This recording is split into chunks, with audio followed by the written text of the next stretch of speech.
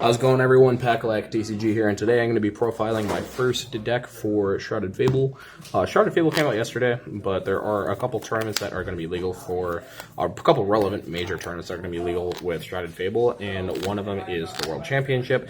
And for that, I have been testing a little bit, especially because there are cups running around. And one of my favorite decks so far to be playing is Miraidon, so I'm going to be going over that and why.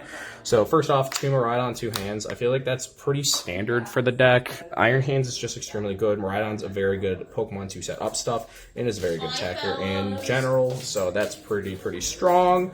And then we just have a slew of one-ofs. We get Skwovet. Skwovet I'm going to get into in a second, but it does pair with Cassiopeia, which I'll get into, along with the whole combination of that. We play a copy of Raichu because we want to be able to one-shot stuff in the late game, such as like Charizard, so that we're able to just go Dynamic Spark, and even getting Fast Charge turn 1 is pretty cool going first. Pogo Zapdos to fix math.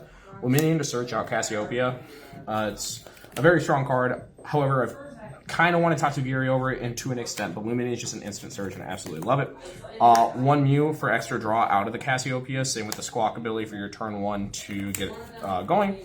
Play a copy of Iron Bundle to go around not only Mimikyu, but to pull up stuff that you're not going to be able to in case you're Cassiopeia. We play a copy of Iron Thorns because this card is also just kind of nuts in general. It just sits there, blocks your opponent's Roblox Pokemon, and then you can also move the energy onto like Raichu hands or Miraidon to conserve them. This is really good into Drago, Charizard, really anything that's like heavily reliant on abilities. So that's why I play the card. And then 1 copy of Bloodmoon Ursaluna because it is a very good cheap attack cost Pokemon for the late game. So getting into the whole strategy of the deck, we play 4 copies of Cassiopeia. This card is pretty bonkers, and you'll probably be reminded of like Peony, where you discarded your hand to search your deck for any 2 cards, or 2 trainer cards. I can't remember exactly what it was on that case, but Cassiopeia is you can only play it when it is the last card in your hand that you search your deck for 2 cards. So essentially the idea is to use the new Academy at Night Stadium card, Lumineon for the Cassiopeia, or have it in your hand, put it on top of the deck, Skwovet your hand, and draw into this, which is pretty insane. And then you can grab your Electric Generators or any other combination of cards you want.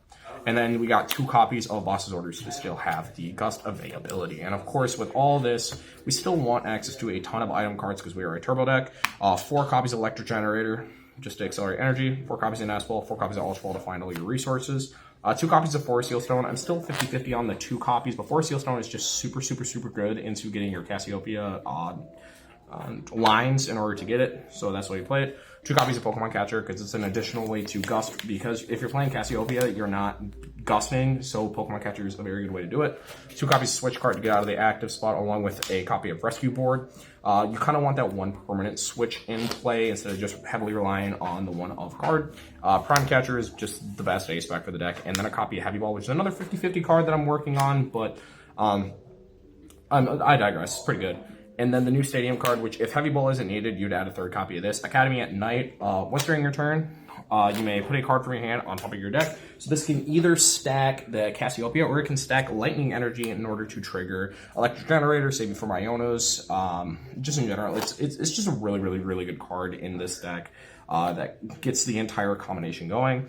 And then for the energies, we play 16 basic lightning energy and 2 double turbos in order to get to either getting Iron Thorns, so you can spread around the energy a little bit, or you can get into Iron Hands pretty quickly. So that's really all I got for the list. It's pretty straightforward, pretty consistent. Like I said, the Heavy Ball could be flexed for the 3rd Academy.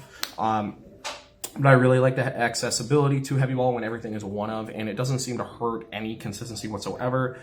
So yeah, that's all I got for you guys. Thank you all for watching. Please subscribe and like for more content. If you want to see more decks from Shrouded Fable, please put them in the comment section below. Until then, see everybody later.